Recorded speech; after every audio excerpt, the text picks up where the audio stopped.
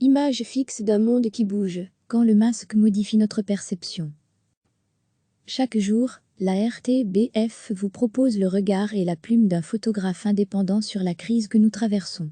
Un cliché et un texte publié chaque jour en soutien à la presse, dans le cadre de Dies Restar, le plan de la RTBF lancé en soutien à la culture et aux médias, secteur durement touché.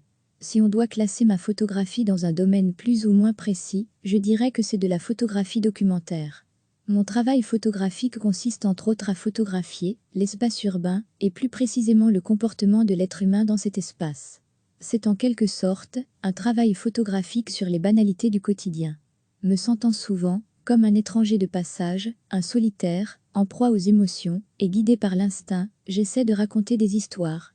Quand je photographie les gens dans la rue, des gestes, des regards, des expressions de visage apparaissent, et on peut ressentir leur état d'âme, leur humeur, leur stress, cela me fascine et m'interpelle.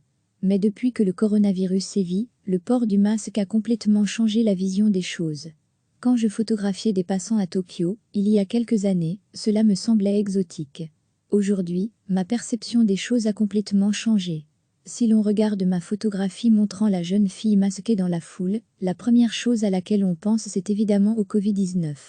Cela situera l'image aussi dans le temps, mai 2020. Roland Barthes aurait probablement dit de ce masque qu'il est le ponctum de cette photographie, qu'il la situe et en raconte l'histoire. J'ose espérer que ce masque si utile en ce moment pour se protéger du virus disparaîtra dans un futur proche. Chaque jour, la RTBF vous propose le regard et la plume d'un photographe indépendant sur la crise que nous traversons. Un cliché et un texte publié chaque jour en soutien à la presse, dans le cadre de Dies Restar, le plan de la RTBF lancé en soutien à la culture et aux médias, secteur durement touché. Si on doit classer ma photographie dans un domaine plus ou moins précis, je dirais que c'est de la photographie documentaire. Mon travail photographique consiste entre autres à photographier l'espace urbain et plus précisément le comportement de l'être humain dans cet espace. C'est en quelque sorte un travail photographique sur les banalités du quotidien. Me sentant souvent comme un étranger de passage, un solitaire, en proie aux émotions et guidé par l'instinct, j'essaie de raconter des histoires. Quand je photographie les gens dans la rue, des gestes, des regards, des expressions de visage apparaissent, et on peut ressentir leur état d'âme, leur humeur, leur stress, cela me fascine et m'interpelle. Mais depuis que le coronavirus sévit, le port du masque a complètement changé la vision des choses.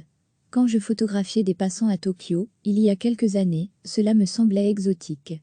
Aujourd'hui, ma perception des choses a complètement changé.